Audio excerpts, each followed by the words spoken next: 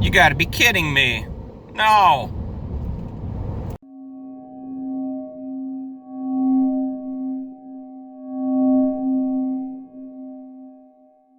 What's going on, guys? Alan here. Welcome back to the channel. And as you saw there, I had my check engine light come on. It didn't actually appear on the dash first. What happened is I went to remote start my truck and it honked twice at me, which I thought was really weird. So it would not let me remote start it. As soon as I got inside, started the truck up, the engine light was on. So if you follow my channel, you know I have an extended warranty on the 16 F-150 Lariat. I've already put that to good use with the panoramic roof and the power running boards. So I'm going to call the dealership, get it scheduled for an appointment. And but first, before I do that, I'm going to jump into Forescan because you can read DTCs with Forescan. So I just am curious to see what it is and if anything else has come up. So let's go ahead and jump into that. Alright guys, as this loads, I can already see some codes up here that are flagged. So as soon as this is done loading, we will go over here to the DTC button here, and right here for the PCM, looks like I got a code P2005, which is an intake manifold runner control stuck open on bank 2. So that is definitely my issue. It looks like this is confirmed. So now I know that this is the issue. We'll take care of it. And it is time to bring it to the dealership.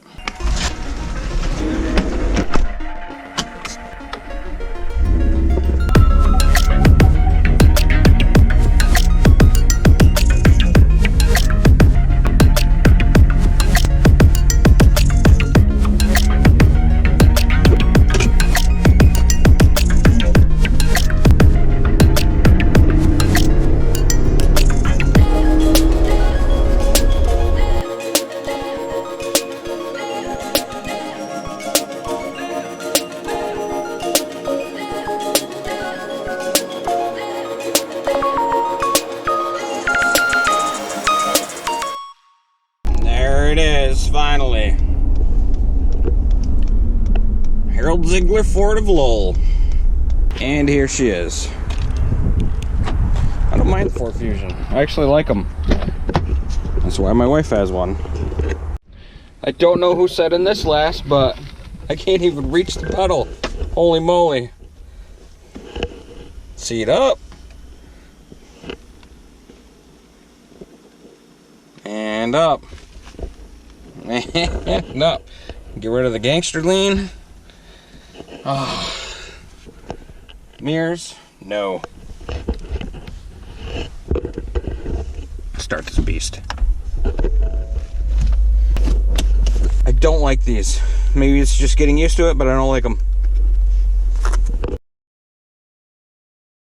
Okay guys, so I talked to the dealership and yes, they have to replace the whole intake manifold, which is crazy to me. I'm going to do some research on that because it didn't seem like you would need to replace the whole intake manifold for that, but nonetheless, it's covered under my warranty, so all is well.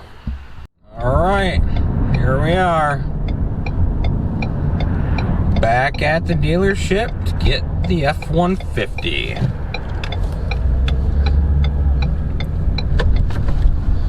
Tell you what, before I leave here, I'm gonna have to get a picture of the tremor for the gram. There she is.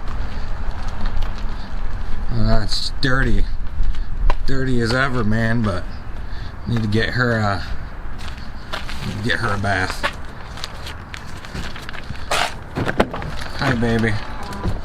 Yes, welcome back to the family. Alright,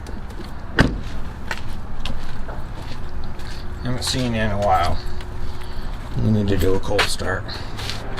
Maybe a cold start. I don't know if they had it running or not, but let's try it.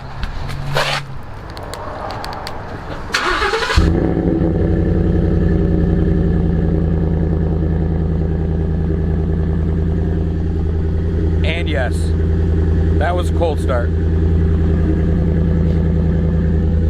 Now remember, all I have on this thing is that Delta Flow Flowmaster muffler. So yes, that's it. Swapped out the stock muffler for the Delta Flow Flowmaster, and it sounds that good. So if you want a whole lot of better tone, swap out $100 muffler. That's all you need to do. Glad to have you back.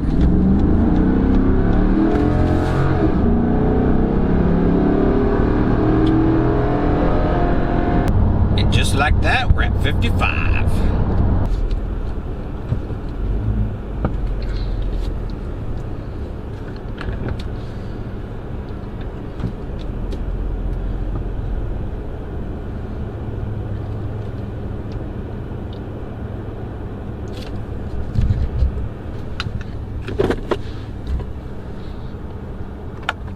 And now that we are back home, you can see, yes, brand new intake manifold. Just seems crazy to me, but I did price them myself, 350 bucks online if I needed to do it.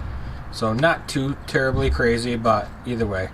And no, I have not researched whether you can replace that runner module itself or not. Alright guys, so I just got done doing a little research, and actually a YouTube channel called Fat Fender Garage, they do a lot of Coyote stuff, and they actually, when they throw these Coyotes in old body styles, they delete the IMRCs. So I just watched their video on actually deleting them. The flap is part of the inside of the intake manifold, and that is controlling how much air is flowing through so you have more low end torque. So if it sticks open and it's not a vacuum pump, which there are 2 vacuum pumps on the intake, if it's a vacuum pump you can replace the vacuum pump for a fix, but if it's the actual flap itself inside the manifold, no, you have to replace the manifold. So I'm guessing Ford just said, hey, we're not going to mess around with labor hours, we're just going to replace the whole thing. It's only 300 bucks or whatever they get it for, probably cheaper than that. But yeah, so just so you know, if you have this issue, you can find out if it might be a vacuum line that popped off. You want to check that on the back of the intake.